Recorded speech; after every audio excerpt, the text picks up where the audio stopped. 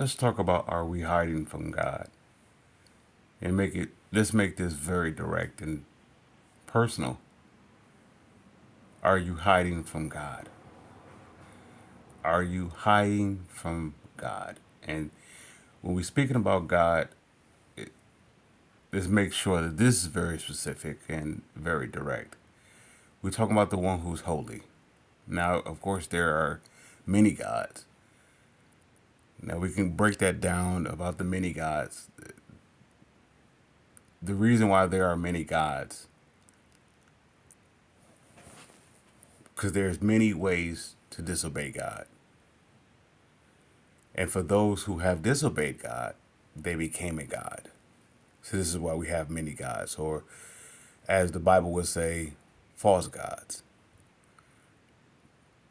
Anything that is in separation from holiness, it itself is made itself into a god because it refuses to be holy. So it has its own set of rules. It has its own set of rules. In other words, it likes to give out orders, and it demands those orders to be followed. Yet those rules, those orders, does not apply to them. So they become what we could label that as a tyrant. We could label that as a dictator. We could label that any form of label to disguise it or to give it a place to be tolerable or acceptable. Nonetheless, at the end of the day, they are false gods. And what is a false god? A false god is a creation that hides from holiness. Now, if that false god may acknowledge that there is holiness, if we were to go to Genesis chapter 3, the serpent acknowledges God as God. When the serpent is speaking to Eve, the serpent says, "Did God say?" So he acknowledged God as God, at least to her, at least to her well being or to get her attention. He acknowledges God as God. Nonetheless, his intentions, his intentions and purposes, in other words, the core of his heart, is on a very independent mission to isolate her from God.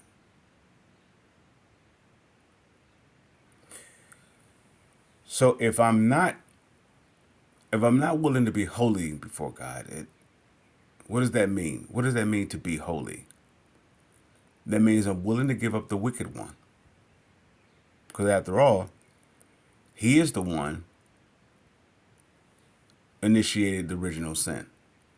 Which in other words, the original sin is that he refused to be what God created him to be.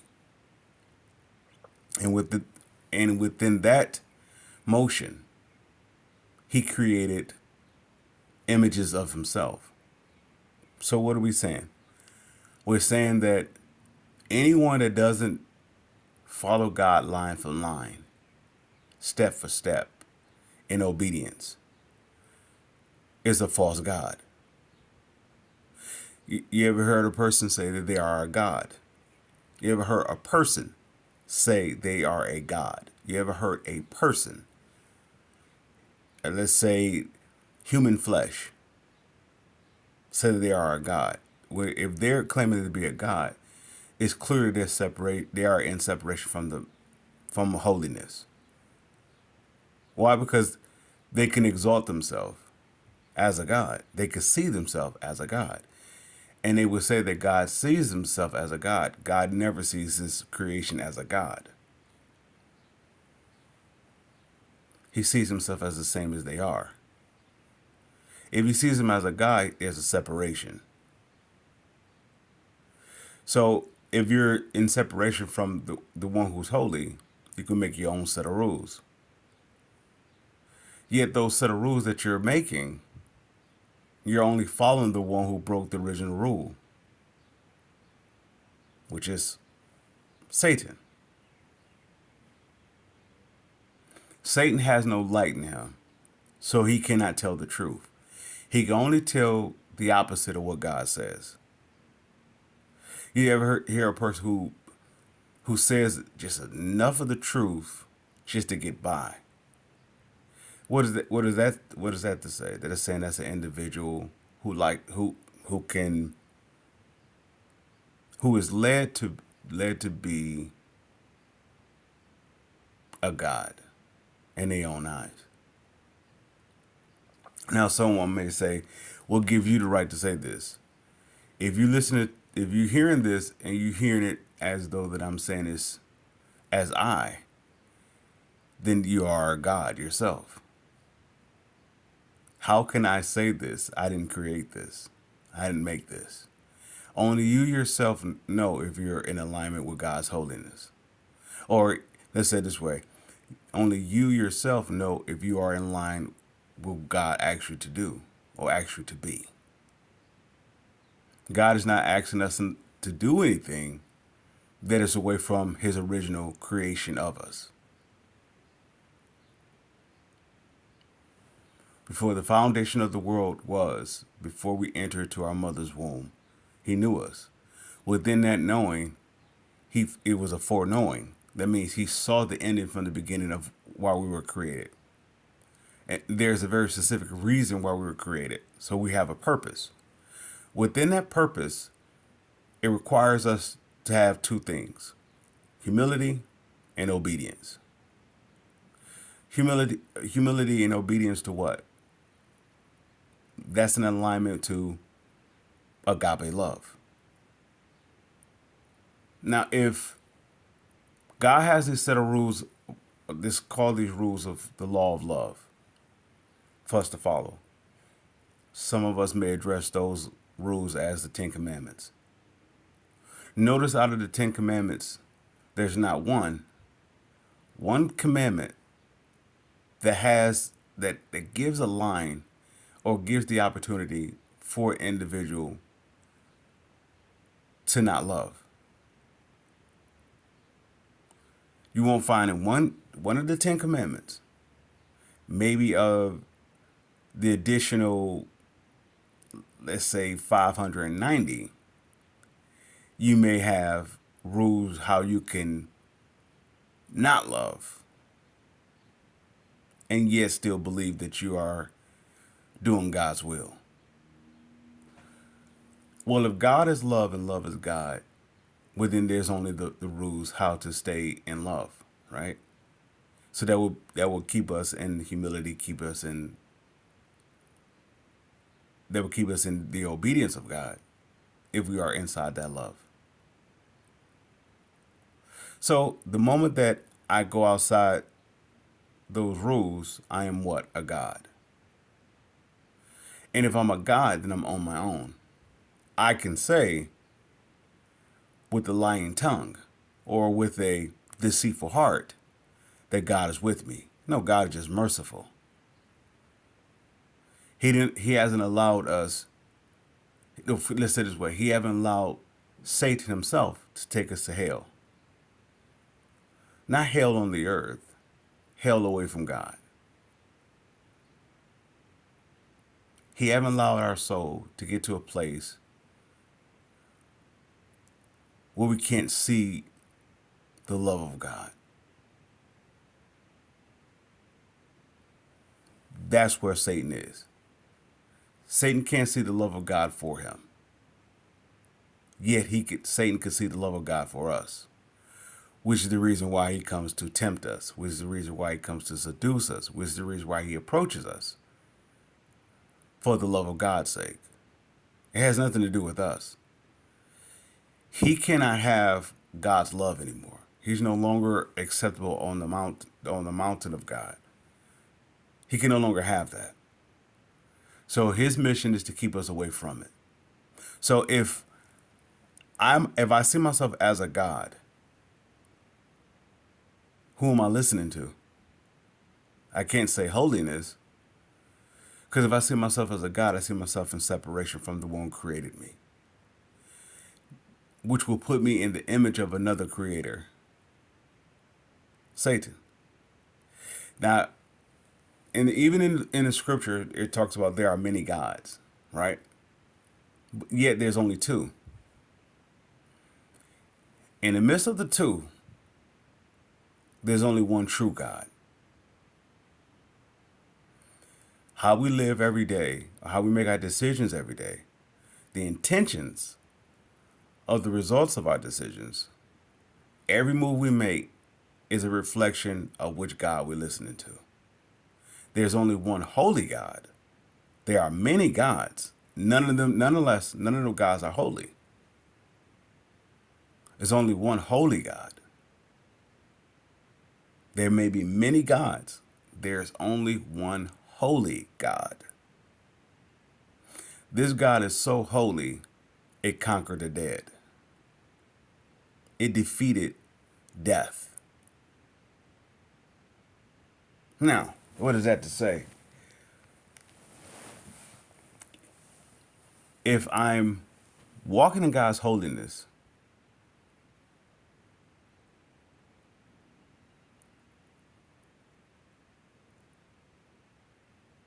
the ways of death, which would be sin,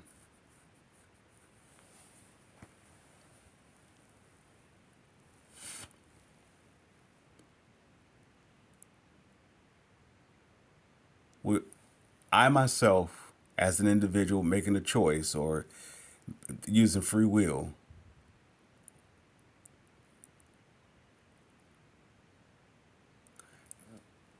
there won't be much of a connection to it. So, say for example, if we were to use the scripture, when I was a child, I spoke as a child, or I did things as a child. I thought like a child. But when I became of age, I put away childish things. Okay, well, let's label some things. Let's identify some things as, or identify some childish things. What would that be? Sexual morality, intoxications, coveting after deceitfulness of riches, or our neighbor's stuff, if you will, and lastly, entertainment. All four of those things are childish things. Why? Because none of them have agape love in it. You can't find agape love in intoxications. You can't find agape love in sexual morality. You can't find agape love inside of entertainment. You can't find agape love inside of deceitfulness of riches. Or let's rephrase that deceitfulness of riches to be the pursuit of being rich. You can't find no agape love in it. What do you find in those things? In any of those four? What is the common denominator? You always find deception. You find deception in sexual morality. You find deception in entertainment. You find deception in coveting after deceitfulness of riches, or the pursuit after deceitfulness of riches. And lastly, you find deceit inside of, if I didn't say, intoxications, sexual morality, coveting after deceitfulness of riches, and as well as lusting for other things.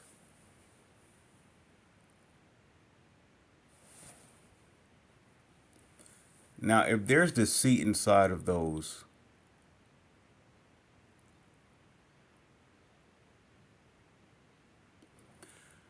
why would I want to be a part of it? Because I will have the nature of deception. Well, if I have the nature of deception, or I can deceive, started with myself. If I can lie to myself, that means, number one, I don't want to be holy. And number two, I'm running away from the one who is holy. What would be the reason why? Because he's holy. If I have deception inside of me, then I'm running away from the one who is holy. If I can lie, starting with myself, if I can lie to myself, that means I'm hiding from the one who is holy.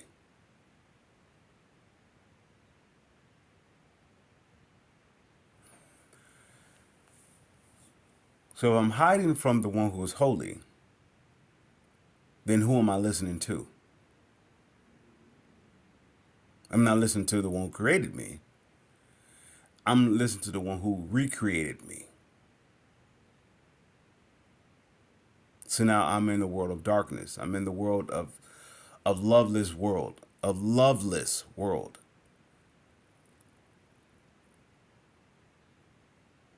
If I'm not in obedience to the one who created me, and if I'm not in alignment with the purpose of that creation, I'm a God. Yet I'm about to make war against the one who created me. Somebody may ask, what is the proof of that? What is the proof that I'm going to make war with the holy God? Oh, well, I would do things, number one, to destroy me. To show that there's the evidential proof that I have the heart of Satan, or to even show the evidence that Satan is real, I would destroy myself.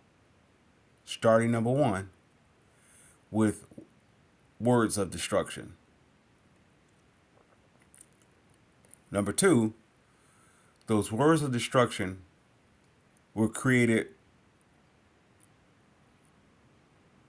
It will be like a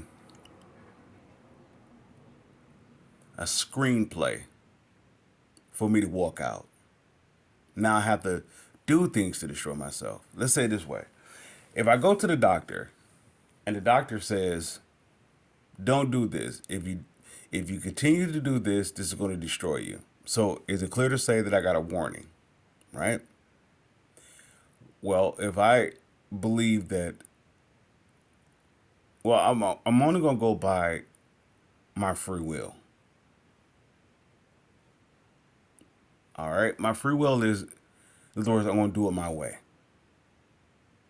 I make the rules of which way I'm going to do it. So if the doctor says don't do this, so I'm on a 50-50 scale. If I listen to the doctor, there's a chance that there's a 50% chance that things get better for me. If I don't listen to the doctor, there's a 50% chance that things won't get better for me. All right. Now let's say if the doctor is wrong with their diagnosis, their research and their study. Let's say if they're wrong.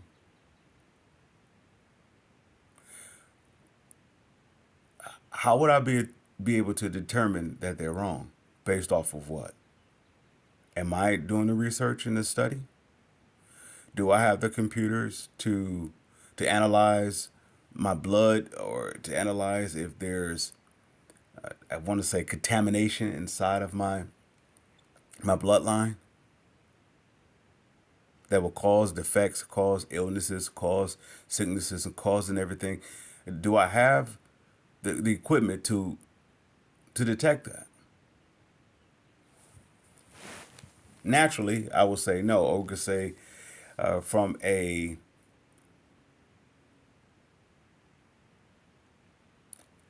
from the equipment, machinery. Now look at this. We're using a machine to determine what's best for us, right? So what do we just do? See how far removed holiness is away from us? We're so much of a God. We render ourselves to the limit of going to a machine that will tell us that what's best for us. A machine. But the machine didn't create us. So we're listening to this scientific this scientific data to give us the best results for our life. Okay, what if the person who is operating the machine is not in 100% agreement with agape love? So that means they will have tolerance for the opposite nature of agape love. So they can alter that machine to not be programmed to function at agape love level. So the person says, what am I to do? See how the free fall is from holiness. When we when the enemy get when Satan can get us to run away from God, in other words, to get us to open up an eye to our soul, to convince us to believe that we don't need God, we could do it our way. There's a scripture that best describes the situation as such. It goes as such: pride goes before destruction, and a haughty spirit before a fall. Pride goes before destruction. If everything is falling apart personally in your life, there's pride there, right? Pride goes before destruction. But what is that pride of, or how did that pride get there, and who sent it? We can't say holiness, because pride is a self acknowledgement. Here's the difference between if the holiness of God would have done it versus a falsified God doing it. The holiness of God, I want to say,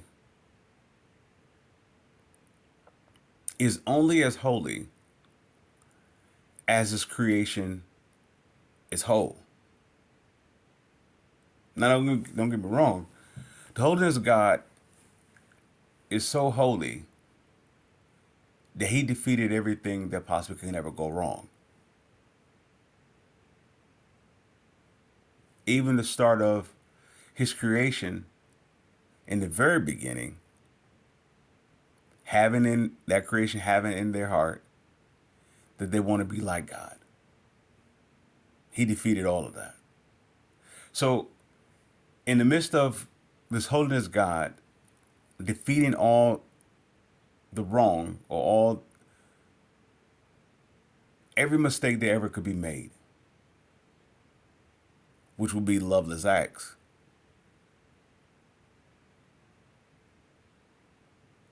he now have his creation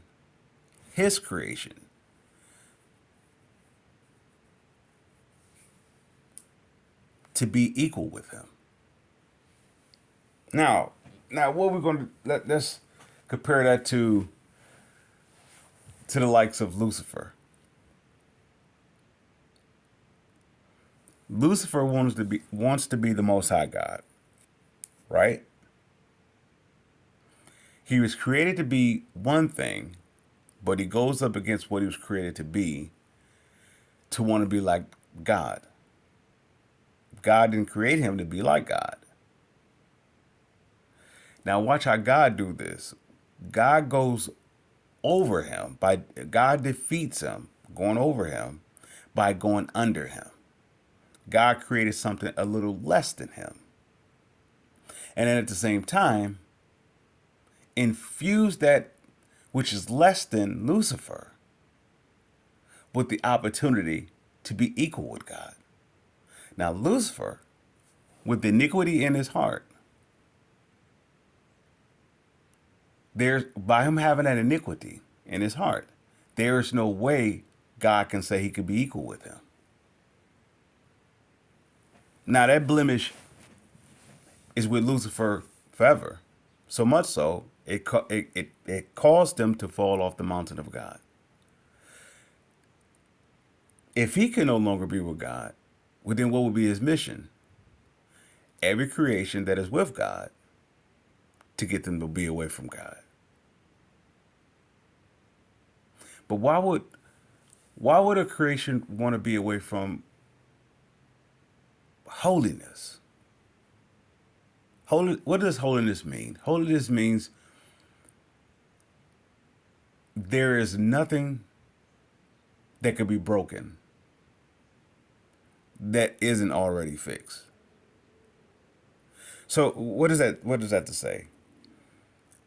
God's holiness is so holy, it conquered every bit of wrong that ever could be done.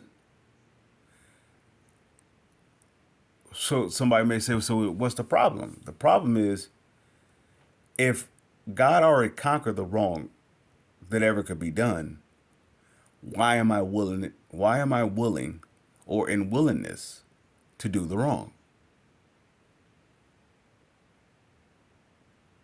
Why am I willingly to do the wrong?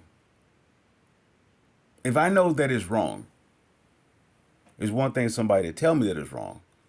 But then if I see the results of someone doing it and it doesn't work out for their good, and what I mean work out for their good,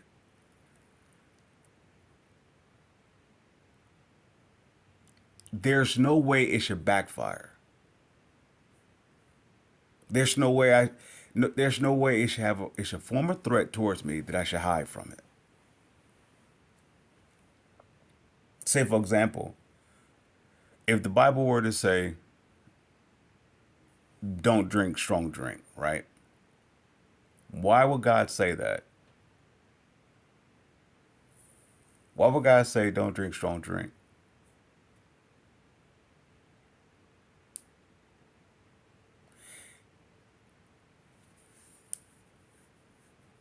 Well, the strong drink comes by thoughts, but those thoughts to make that strong drink didn't come from holiness. So that means, in the midst of it, of the strong drink, having the individual to feel good,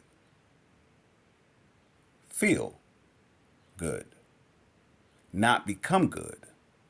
So that means if it's having the individual to feel good, it's taking them away from the opportunity of being good.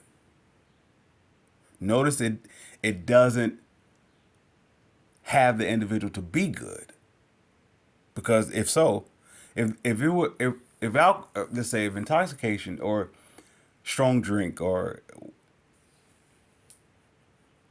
alcohol whether any form of intoxication, that is, if it was of any good, God would keep it from us. Now let's go in the book of Genesis, the second chapter. When God gives the command to mankind, and He says to them, "You may freely eat of all the garden." So is God keeping anything from them? No.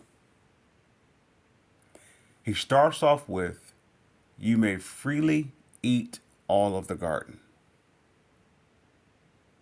Now, why didn't God start off with, "Do not eat the tree of the knowledge of the good and evil"?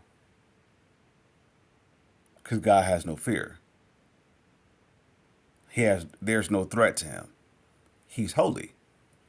In other words, He already conquered everything that the tree of the knowledge of the good and evil has already said to do. So God doesn't have to forewarn them about the tree of the knowledge of the good and evil first and foremost. He introduced them all of the good, which is, or which would be, you may freely eat of all of the garden. Then he goes on to say, with the exception of the tree of the knowledge of the good and evil. To show you how holy he is, he even go into details about this tree of the knowledge of the good and evil and why they should stay away from it. The day that you eat of it, or the moment that you eat of this tree, you will surely die. Well, if I have a practice deception inside of me, in other words, I can lie, I can steal, I can cheat, I can manipulate, I can con, I can seduce, I can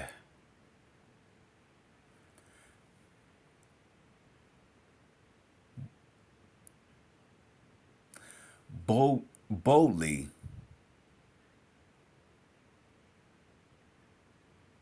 be dishonest, there's no love there. And I'm okay with that.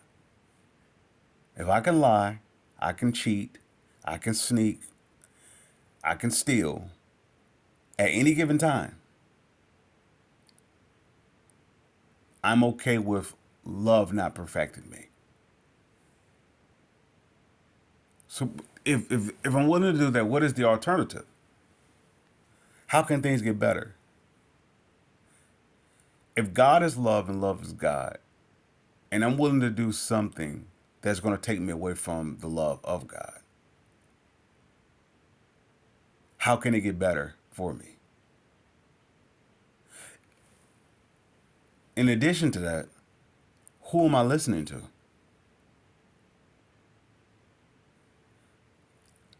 I can't even say I myself made this rule up for me to go up against love. Who am I listening to?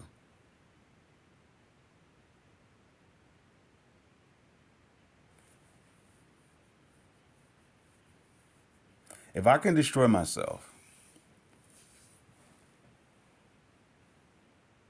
if I can destroy myself, who child am I? I would say God is punishing me. If I, if anything is wrong coming towards me, is that God's doing? Or am I the one with the opening door towards this destruction towards me? In no way can Lucifer ever say, God caused me to go to the pit of hell or to become Satan. There's there's no way he can ever hold God in that manner. He can never hold God to be responsible for his downfall. Well, if God did not spare his son for being sinful, he didn't spare the angels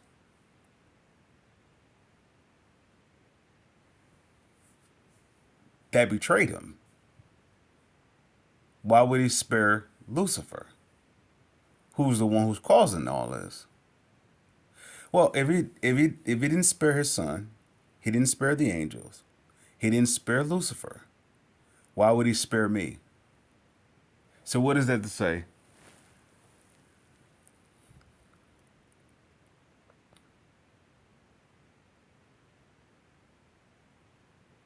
If God conquered all the sin, and I willingly sin, who am I listening to?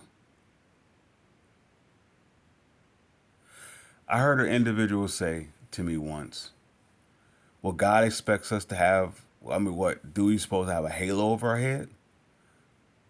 Then, if, who's talking right there? Is that God or Satan? It's clear that that's in separation from holiness.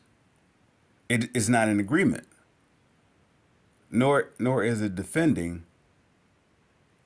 being right or being righteous before God. So that means that individual has a very deceptive device within them. If an individual is not walking or running towards holiness, you would tell by what comes out of their mouth. What comes out of their mouth, whether it be intentionally or accidentally, it comes from their heart.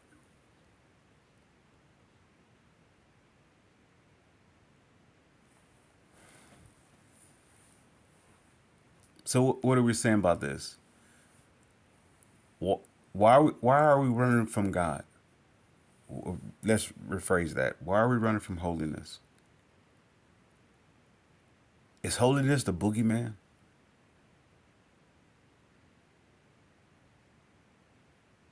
Somebody may say, well, no one is perfect. Well, if according to the Bible, that is inaccurate. According to the Bible, that is a complete lie.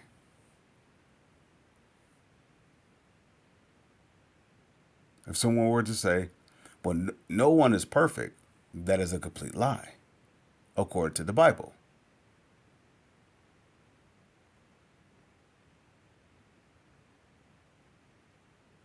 If if God made a way to get rid of all the sin,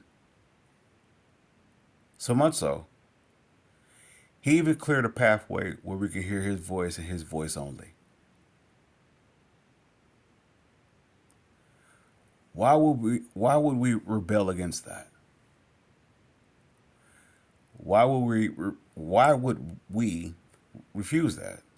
What would compel us to do that? What would be so intriguing, so enticing, so overwhelming or overwhelmingly compelling, attractive to allure us away from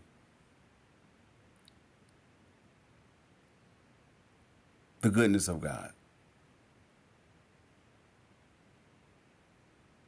What would be so there's let's say it this way. What is so good about sexual morality? What is so good about getting intoxicated? What is so good about going hard after money? What is so good about being involved with entertainment, which is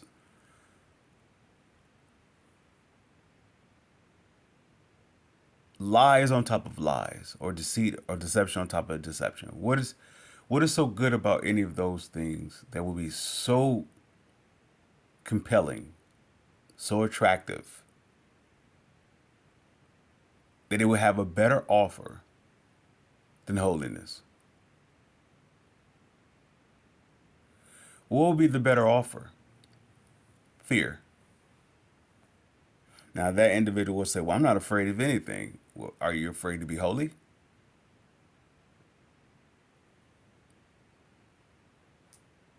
You can kill, you can steal, you can betray, you can show that you are there's no limitation to the amount of destruction you can do towards the physical.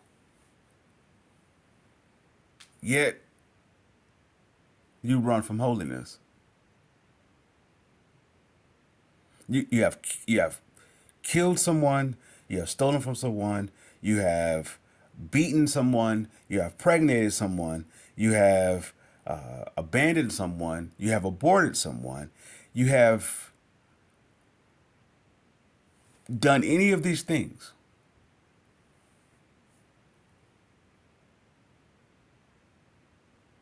without being afraid to do them. Yet there's a fear to be holy. In other words, to stand up against the one who is asking you to do these things. The individual says, well, I'm not afraid of God, for God loves me. Well, then that means you're afraid of Satan,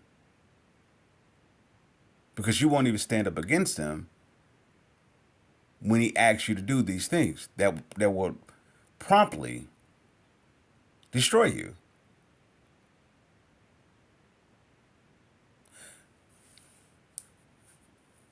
The person will say, well, I love me. Well, how can you love you if you personally go out your way to do something that would destroy you? Where does the love start? And if so, if you're willing to destroy yourself or do something to destroy yourself,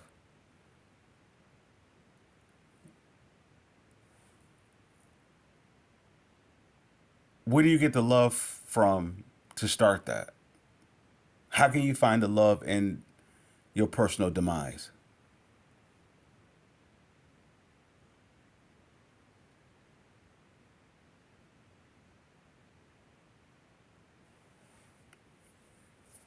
Why are we hiding from holiness? Is there a better offer on the table? There's only two roads. So either there's a holiness road or there's not a holiness road. If I'm not on the holiness road, well, what other road can I be on? A road that's designed to destroy me.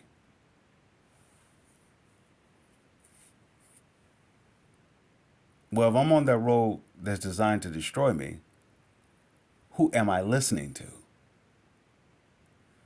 I'm listening to one who is of destruction. Well, if I'm listening to the one that's of destruction, that means I have left the one who has the very best for me. Why? Why would I leave the one who has the very best for me?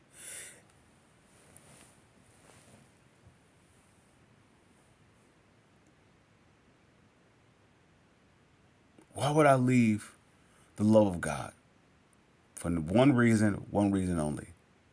I've never met nor seen nor experienced the love of God. I may experience the mercy of God, but I never experienced the agape love of God. If so, if I re- if the agape love is the most high love that there could possibly can be, in its highest capacity it can ever be formed into, why would I walk away from it if I once experienced it?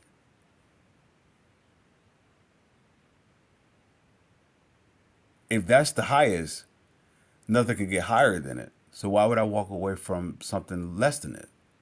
I mean, why would I walk away from something that would be less than it?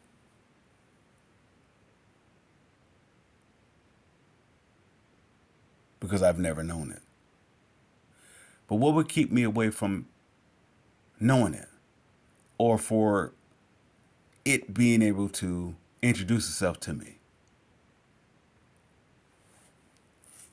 Deception.